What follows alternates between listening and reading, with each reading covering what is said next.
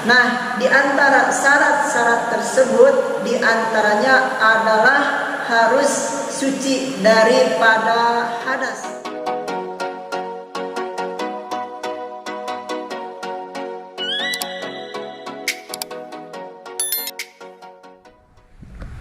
Assalamualaikum warahmatullahi wabarakatuh.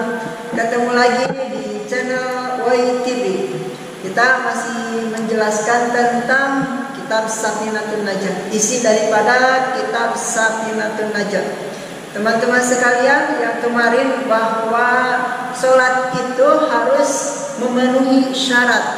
Nah, di antara syarat-syarat tersebut, di antaranya adalah harus suci daripada hadas.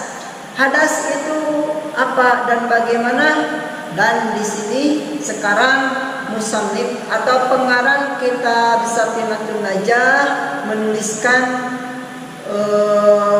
tentang masalah hadas. Di sini di kitab Safinatun Najah ada pembahasan al-ahdasu. Al-ahdasu kalimahnya kalimah jamak, kalimahnya menunjukkan banyak. Al-ahdasu berarti lebih dari al-ahdasu kalimahnya kalimah tasniyah menunjukkan dua.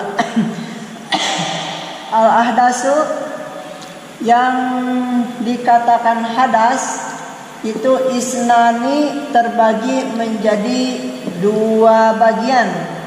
Al-ahdasu hadas itu isnani terbagi menjadi dua bagian. Asgharun, yang pertama adalah hadas kecil. Wa akbarun, yang kedua hadas besar. Apa itu hadas kecil?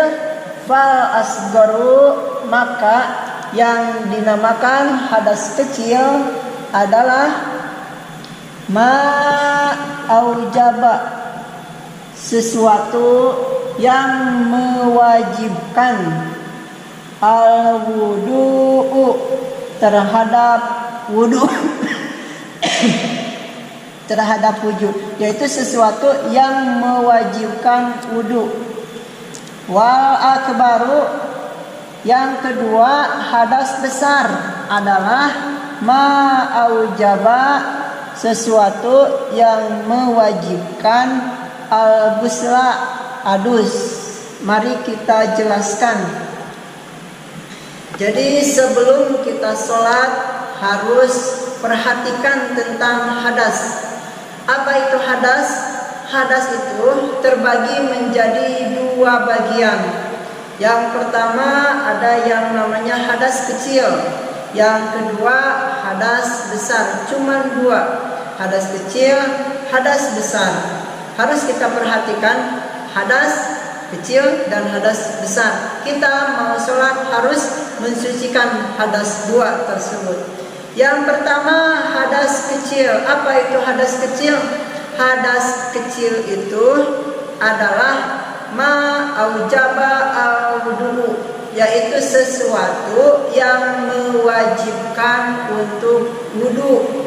Jadi setiap orang sebelum wudu dia itu mempunyai hadas kecil.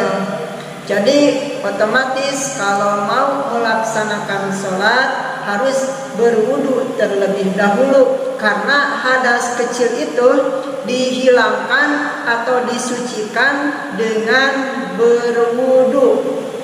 Apa selain berwudu, apa ada mensucikan hadas kecil ataupun hadas besar selain berwudu? Ada yang namanya tayamum. Tayamum yaitu beda lagi, bukan dengan air tapi dengan tanah. Nah, di sini kita sudah tahu, mungkin dari teman-teman banyak yang sudah tahu tentang hadas. Cuman kita harus lebih tahu sampai detailnya. Jadi hadas itu kemarin kita sudah tahu ada dua misalnya. Hadas itu apa hafal kita itu tentang hadas, bahwa kita harus berwudu dulu sebelum sholat. Kita sudah tahu, tapi hukum tersebut harus lebih diketahui lebih detail, yaitu sampai dengan coretannya. Dari mana ilmu tersebut? Dari mana kita tahu bahwa sebelum kita sholat harus berwudu dan bagaimana hadas tersebut? Nah, jadi kita sudah sampai, kalau kita membaca kitab sudah sampai kepada sumbernya. Jadi sumbernya ada pada kitab, khususnya adalah kitab kuning. Jadi kitab kuning merupakan rujukan para ulama, rujukan para ustadz. Jadi dia itu berkata atau berbicara sesuai dengan sumbernya. Sumbernya yaitu dari kitab-kitab agama Islam, yaitu kitab kuning. Nah, di sini tadi jadi hadas kecil itu adalah sesuatu yang mewajibkan untuk wudu. Jadi seseorang mau melaksanakan sholat itu mempunyai hadas kecil, dan untuk menghilangkannya dengan berwudu. Setelah berwudu maka kita sah untuk melaksanakan sholat.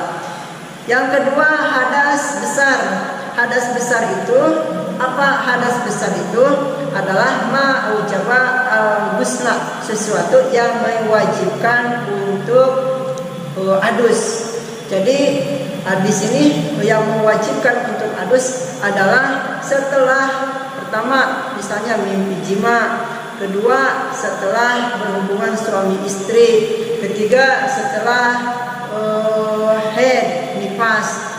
Di dalam arti itu dalam keadaan junub, maka itu harus kita wajib melaksanakan adus. Jadi sebelum sholat kita mempunyai junub, maka harus disucikan terlebih dahulu